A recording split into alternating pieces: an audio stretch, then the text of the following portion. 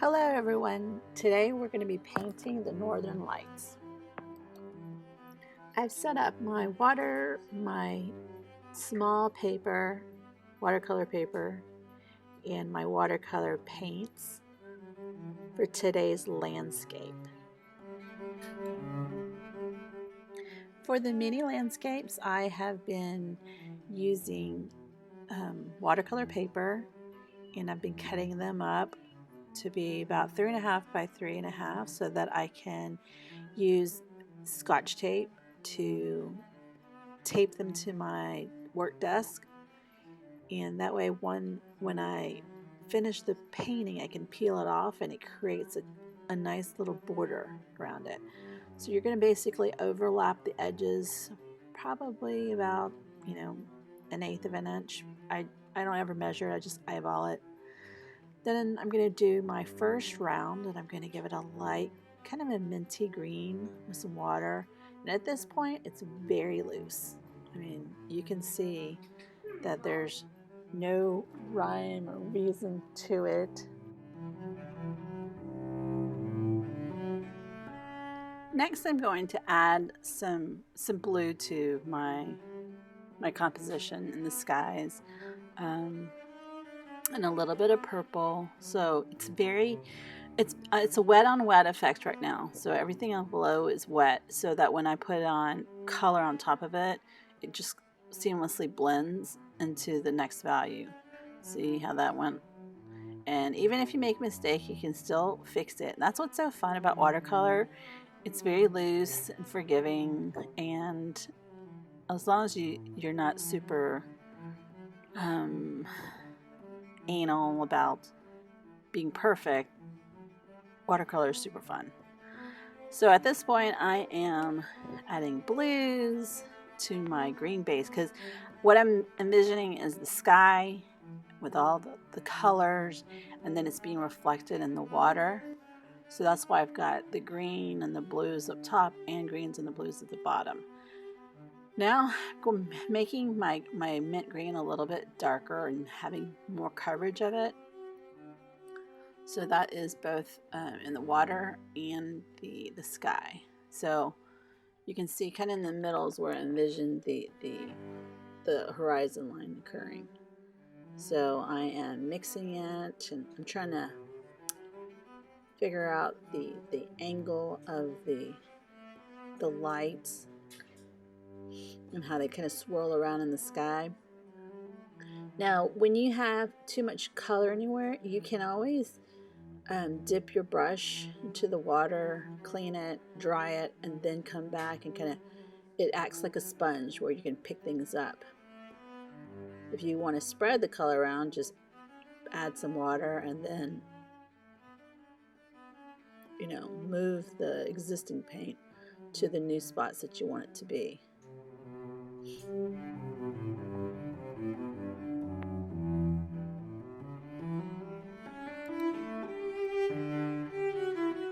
So I'm adding darker values, and I go darker and darker, and kind of mix up the paint, and without fully blending it, just kind of layering it. It's almost like a patchwork quilt at this point. It's very loose, you can't really tell,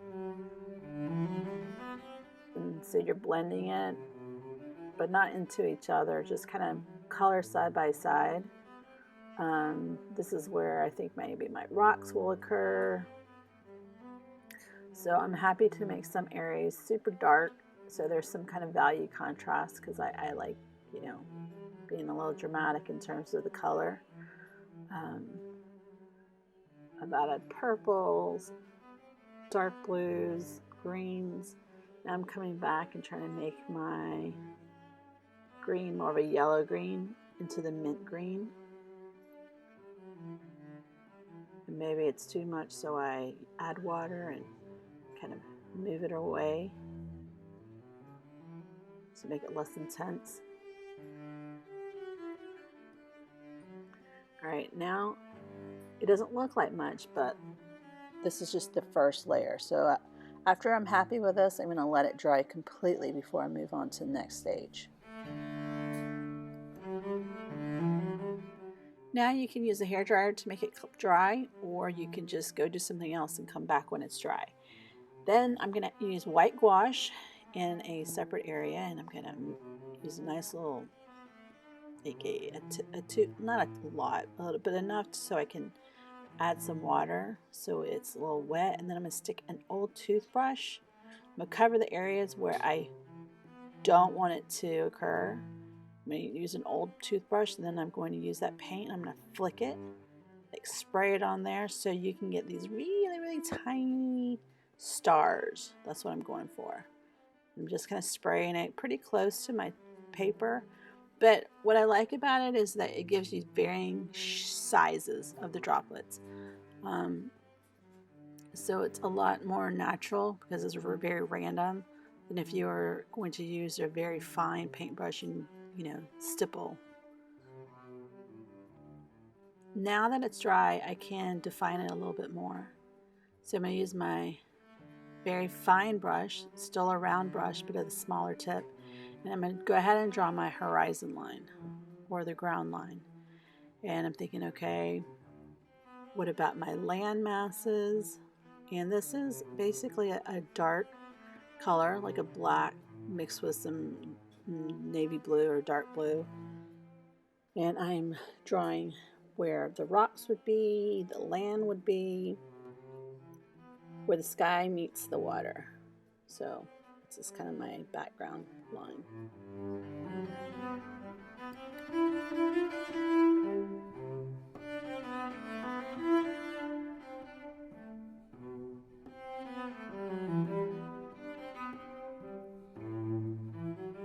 I'm going to detail out the rocks in the foreground. I'm going to try to make my rocks small, medium, large, very random, so it's not all the same. For the super small rocks, I'm going to take my cover, my old, the back of my watercolor pad, and cover the areas I don't want it to hit. And then I'm going to mix some dark color, same thing for the rocks. And now instead of a toothbrush, I'm using the small round, and I'm kind of thumping it so that the excess paint comes off, and it creates these really tiny rocks, very similar to the way I did the stars, but now I'm doing the rocks. And then I come back with a small brush and just make some of those bits a little bit bigger, so there's a random quality to it.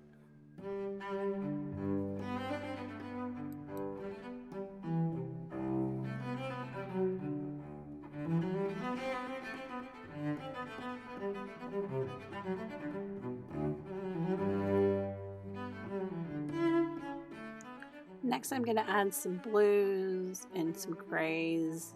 I'm mixing blue, gray, black, or white, gray, white and black to make gray, and a little bit of blue so that I can start making the ice, the shadows of the ice bits in the background.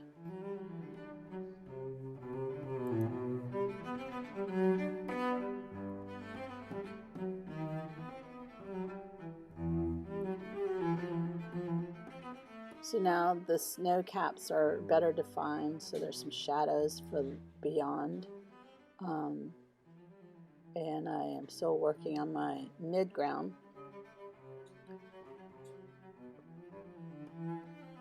And I'm trying to kind of add the reflection of the shadow of the masses. So I'm having a little bit of a shadow effect, and I'm trying to blend the water.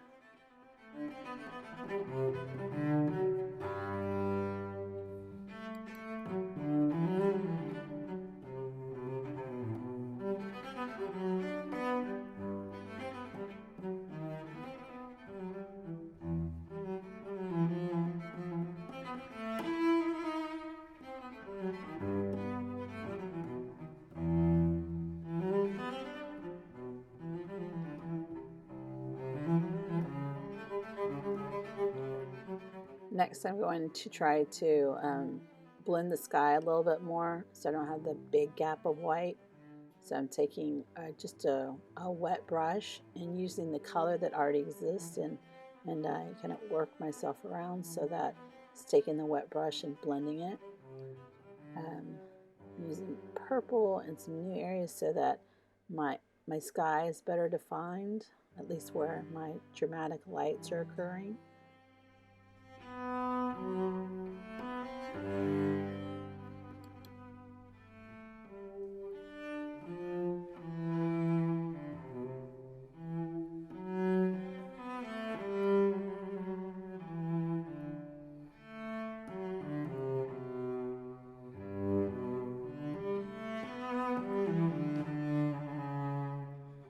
Next is adding a little bit of yellow to show kind of like the city, the bright lights of the city below of that specific area. So I'm using undiluted yellow basically. And then adding some more shadows of the mountains beyond, way in the distance, and that would be like a purple, black, dark blue color. Starting to detail the foreground a little bit more with the rocks.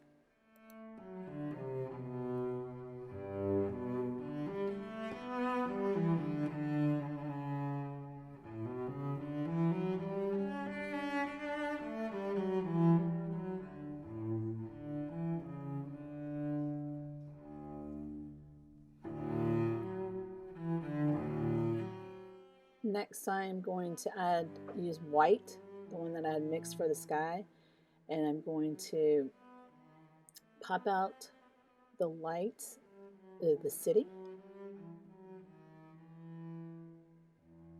So I'm going to use pure white here so you can see like the city lights and the reflection. So now you can kind of see here, I'm also adding the reflection on some of the rocks in the foreground. So the background makes better sense. And so now I'm going to add some more stars to my concept.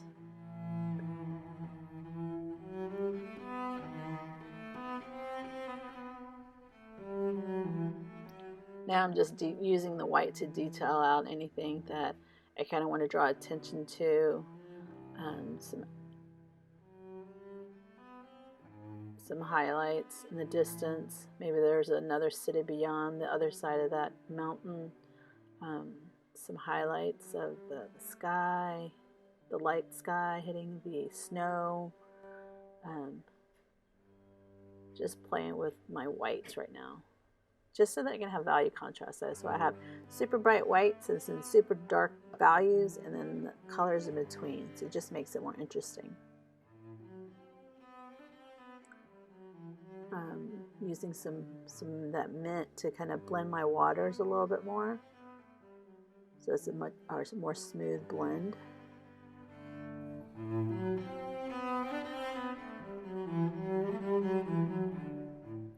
And just play around with it until you're happy. And then once you're happy, you can slowly peel the tape, scotch tape off. Remember the order that you layered it on, and then peel it off, and you're going to have this nice little frame that surrounds it, and you have your very own little mini piece of art. And it didn't really take that much time. It took like under 30 minutes. And there you have it. Your watercolor Northern Lights painting.